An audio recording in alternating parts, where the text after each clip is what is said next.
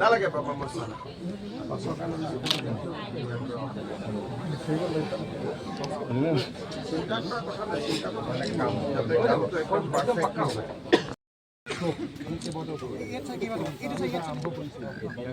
ইয়াততো এটা আছে ইয়াত দুই তিনিটা কৰক ইয়াত প্ৰব্লেম নাই কিয় ইয়াত মানুহ গাড়ী নাই গতিকে এই জেগাটো দবি নাযায় কিন্তু এই জেগাটোত গাড়ী আহে গাড়ী অহাটো অলপ ৰিক্স মানুহ অহাটো ৰিক্সি নহয় বুজি পালে আমাৰ এতিয়া এইটো কৰক এইটো কৰক এইটো কৰক এইটো কৰক খালি এইটো হ'ল মানুহ ৰাস্তাৰ ইফালে হ'ল গাড়ী এইখিনি ভালকৈ বনাব লাগিব ছাৰ ফিলিং আৰু হেৰি কৰিব লাগিব ৰলিঙো কৰিব লাগিব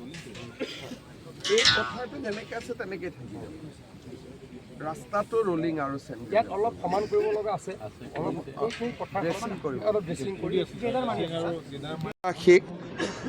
প্ৰায় 3 বছৰ আগৰে পৰা মই জনাইছিলোঁ যে কাজিৰঙাৰ ওপৰত 32 কিলোমিটাৰ দৈৰ্ঘ্যৰ এখন এলিভেটেড কৰিডৰ হ'ব যিয়ে কাজিৰঙাৰ বন্যজন্তুক বানপানীৰ সময়ত ৰক্ষা কৰিব আৰু আজি কলিয়াবৰৰ পৰা বোকাখাট যাবলৈ বিশেষকৈ বিভিন্ন ৰেষ্ট্ৰিকশ্যনৰ কাৰণে আমাক 1.5 ঘণ্টাৰ পৰা 2 ঘণ্টা সময় লাগে এই এলিভেটেড কৰিডৰটো হোৱাৰ লগে লগে আমি আধা ঘণ্টাৰ ভিতৰতে কলিয়াবৰৰ পৰা আমি বোকাখাট পাব পাৰিম ইয়াৰ ফলত গুৱাহাটী আৰু যোৰহাটৰ মাজত দৈৰ্ঘ্য 4 ঘণ্টালৈ হ্ৰাস পাব আমাৰ যাতায়াতৰ দৃষ্টিভংগীৰ পৰা আৰু বন্যপ্ৰাণীক ৰক্ষণাবেক্ষণ দিয়াৰ দৃষ্টিভংগীৰ পৰা এইটো এটা যথেষ্ট ডাঙৰ প্ৰজেক্ট অহা 18 তাৰিখে ভাৰতৰ প্ৰধানমন্ত্ৰী নৰেন্দ্ৰ মোদী ডাঙৰীয়াই এই প্ৰজেক্টৰ শিলান্যাস কৰিব আৰু এই প্ৰজেক্টটোৰ বাকী কাম টেণ্ডাৰ আদি ইতিমধ্যে আগবাঢ়ি গৈছে আমি অনুষ্ঠানটো যাতে সুকলমে পাৰ হৈ যায় তাৰ বাবে মই আজি আমাৰ এই পথাৰ মৌচন্দা পথাৰলৈ আহিছিলোঁ যাতে খুব ভাল কৰি অনুষ্ঠানটো আমি কৰিব পাৰোঁ